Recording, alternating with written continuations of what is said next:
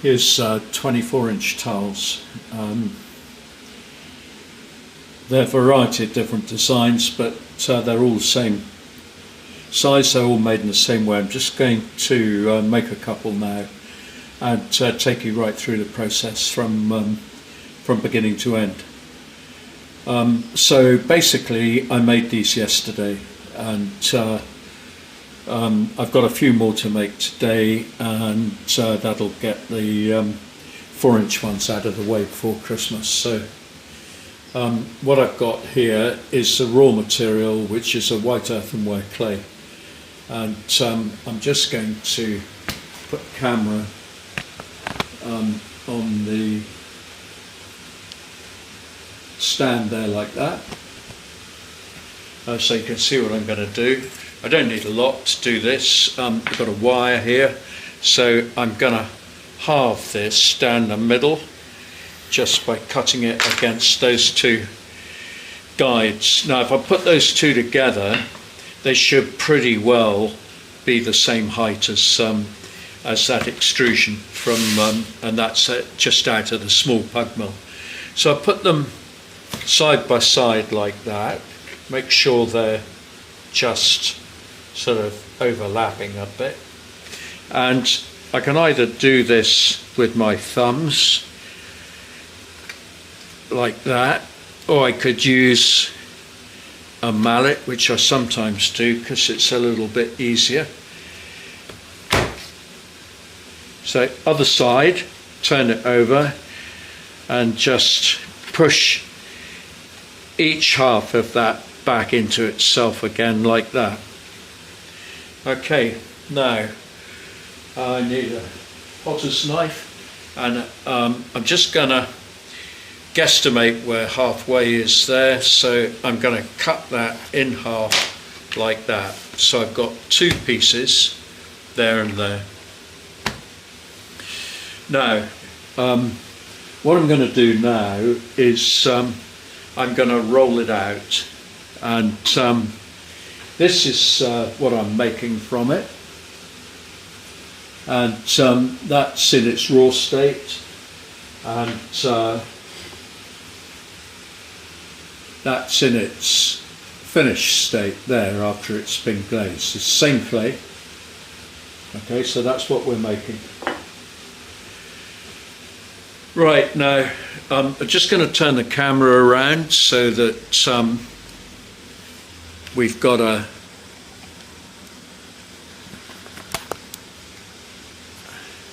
view of the slab roller there.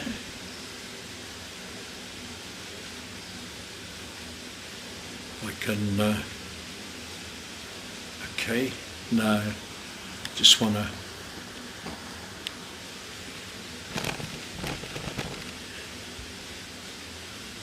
right, that should do it. Okay, now I've got a couple of canvases on there. So I'm going to take the first piece, I only need one of these. I've set the slab roller already. I'm going to put the clay down on this little canvas there like that. I'm going to put another one over the top of it. Put the machine's canvas over the top of that. It's more convenient using those separate canvases. I'll show you why. So now I'm going to just roll this out and back again. Peel that off, and I've got a piece big enough there to accommodate two linoleum tiles.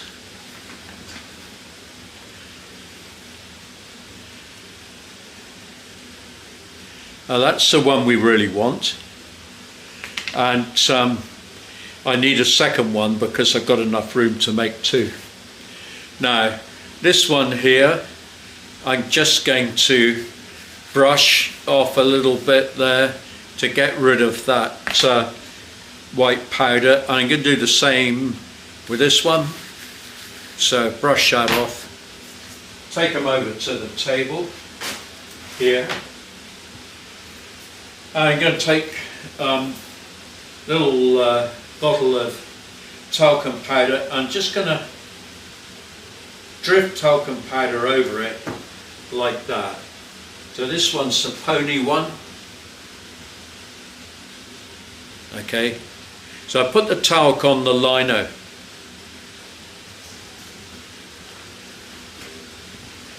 Now I'm going to peel the canvas off the lino like that and put the two tiles down in its imprint. Then I'm going to just move them aside a little bit like that, and I'm going to put the clay down on top of it, giving me room all the way around both of those linos.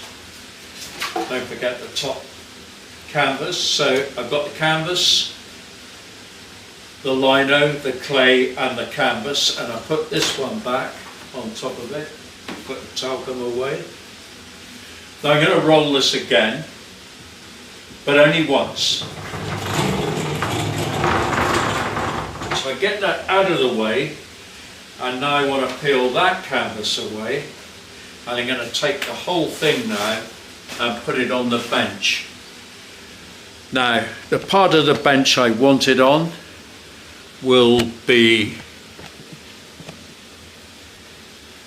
what are we looking at? Closer to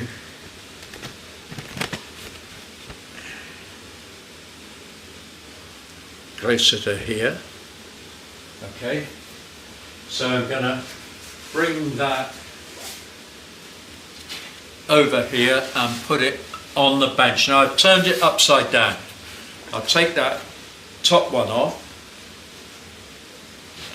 move that out of the way so you can see what I'm going to do. Now I've got a bit of a split in it there, and that's because the clay's a little bit fresh, and that's a shame actually, because but it doesn't matter, I'm going to fix it.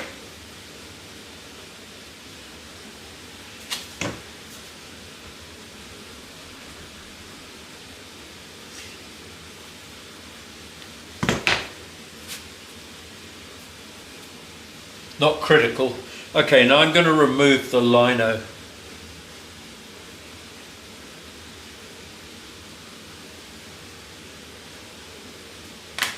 And the other one.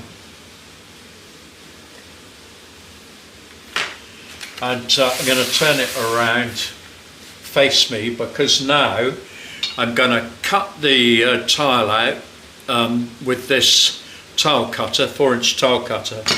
But the 4-inch tile cutter is quite a lot bigger than the lino. See it like that?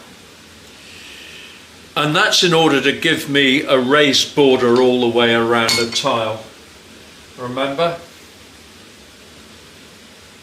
See, there's a raised border all the way around it. So what I've done is I've made up this rather crude template here, and I'm going to line that up so that I've got the excess clay, and you can't see that now, so I'm going to have to go back a little bit so you can see it. That's better. Sorry about that, I had zoomed that one in a little bit.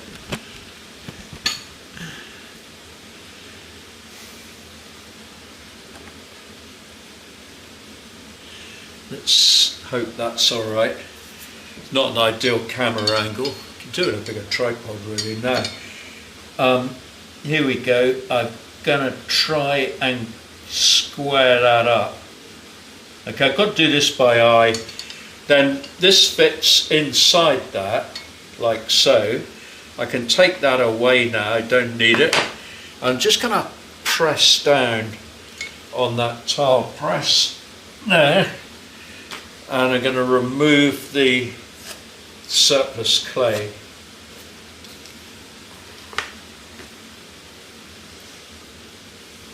Like that.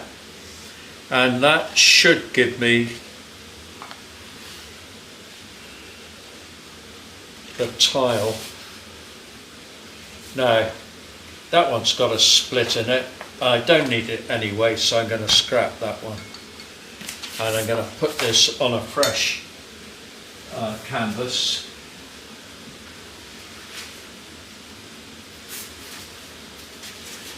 Here. I'm just going to take it off there like that. And there's our finished tile.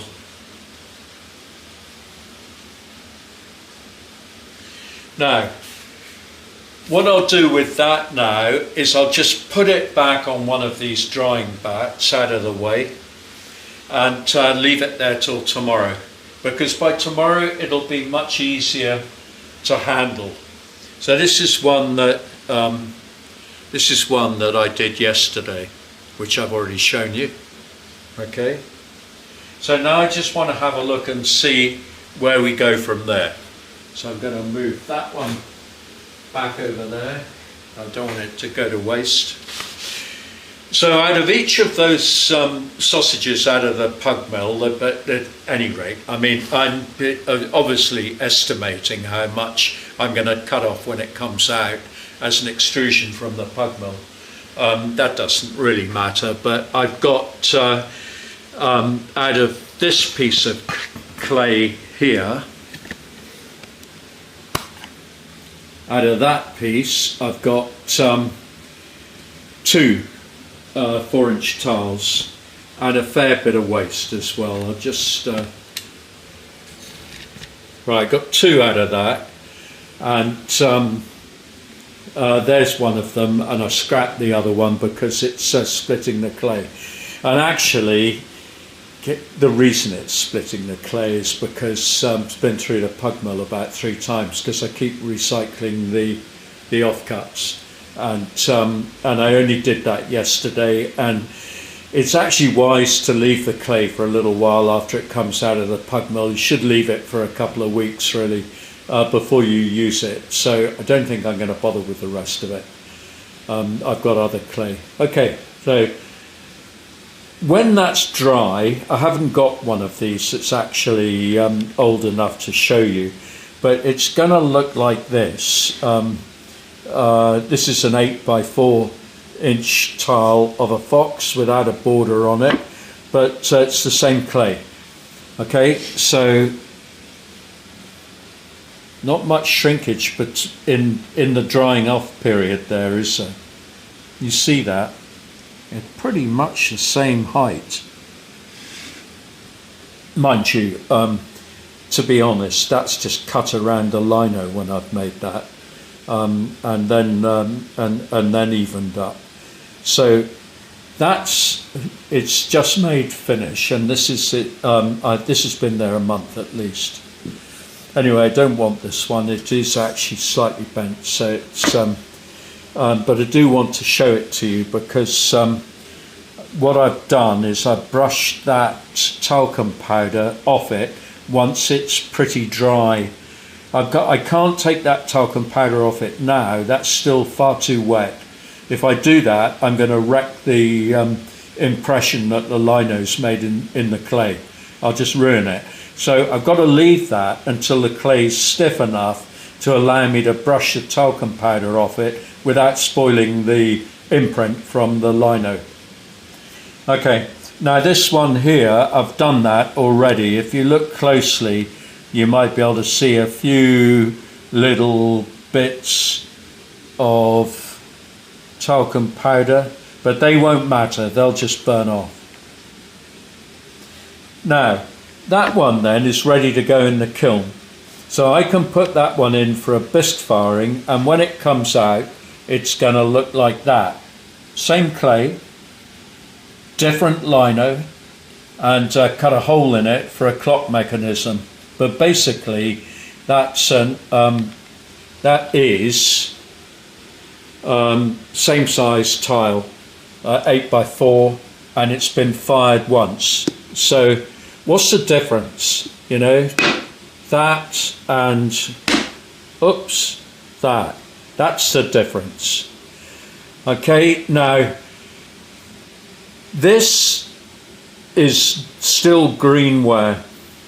And when it's dry like that, I can stick that back in a bucket, put water on top of it and turn it back into clay and make another one of those. This one here, if I break it, I can't. I've made pottery out of it. So that one would go in the kiln and be fired up to 1,000 degrees Celsius, and it would come out like that. Okay, that's not going to break. There's an 8-inch one. It's quite a big tile there. Right, now once I've done that, how do I get to this point? Well, I've gone from there, let it dry, fired it up to 1,000 Celsius, and then I dip it in a glaze with a metal oxide mixed into the glaze. In this case, it's copper oxide, and then I fire that up to 1100 degrees. Now, there's one other thing I could do at this stage. I could, if I wanted, do it by putting a slip on the background and then firing it to that stage and then taking it out and glazing it like that. If I used a wood ash slip, that's ball clay mixed with copper carbonate and wood ash. I've done that on this one here, and the darker green is the slip, and this glaze has gone over the top of the slip and the bare clay. How did I get it so that the slip didn't stick to the mushroom itself? Well, let's say we wanted to do that to this fox, and we wanted a darker background around the fox, but the fox to remain light green like that in the middle. What I would do is I would paint the fox with a wax resist. Now, you can buy it in a bottle, or you can do what I do and mix paraffin and candle wax together and do it when it's smoking hot, and with a brush that isn't going to melt when you stick it in hot liquid. In other words, a natural bristle. And that's what I did with that one there. Now, here's the same tile again, and it's multicolored. So that's made from this, same thing, but it's made in a different kind of clay. This one is made in terracotta, so that's red clay. Now, in order to paint the front of it like that, we have to slip that one. So that's been, the whole tile has been either dipped in or painted with that grey slip, and then white glaze or slip has been added over the top of that, and the red and the green and any other colours in there painted on top of that.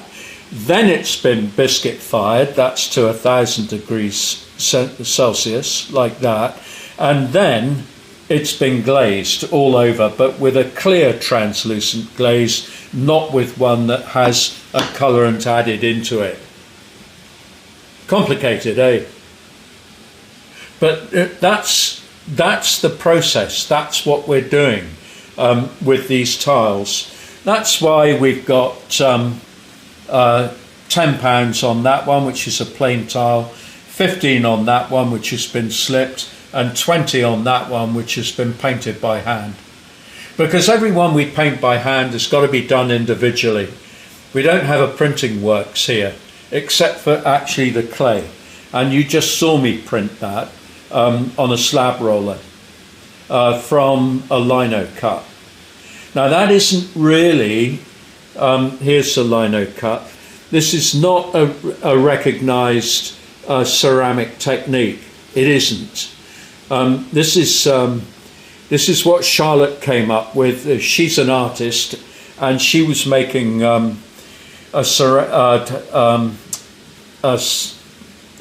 lino print Christmas card one year, and having made it, she said, "Oh, do you think we could print that in clay?" So I mean, I said, well, it's going to be difficult because it's just going to stick to the clay. Will stick to the lino. I know it will. And we did a lot of experimenting and eventually found that we could prevent it sticking if we used talcum powder. So these have all got talcum powder on them. So when you look at this rack of 20, and they're all different, these, you know, there's a shell, a tree, a pony, a bee, an owl, a wren, some violets, a pheasant, we've seen that one, and so on. You know, we've got about 14 different designs in these, but we can make them all at the same time from those linos. And so that's actually what I'm doing at the moment. So I just thought I'd show you that again. I know I've been through a lot of this before, but I hope that puts it sort of in the right order. Okay, so we go from green through the leather hard stage to dry raw wear, and then we biscuit. So there's your first firing to there, and your second firing we glaze it to there. So we probably put that in the kiln after it's as dry as we can get it, because if we fire it too fast, we're going to get explosions in the kiln. Okay. Anyway, any questions, put them in the comments section, and like and subscribe to the channel, because we're really here to show you how to do stuff, and it pushes it out further if you press the like button and if you subscribe to the channel. It just gets it out to more people, and that's really all we're hoping to do. Well, thanks for joining us, and hope we see you again.